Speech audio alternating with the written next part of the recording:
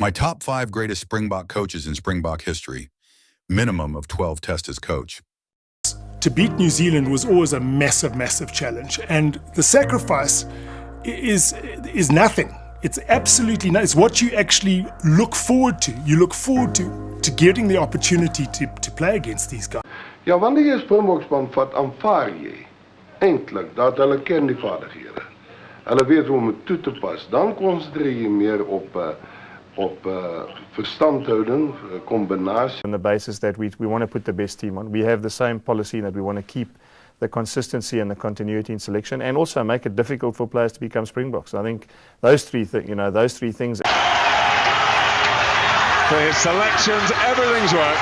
Crazy Pienaar with him, his assistant. Off the ball, if you get slowly off the ground, that's the only time when it's not when you lose a line out or when you kick the ball out direct or miss the kick for poles. It's when you stop putting yourself into battles.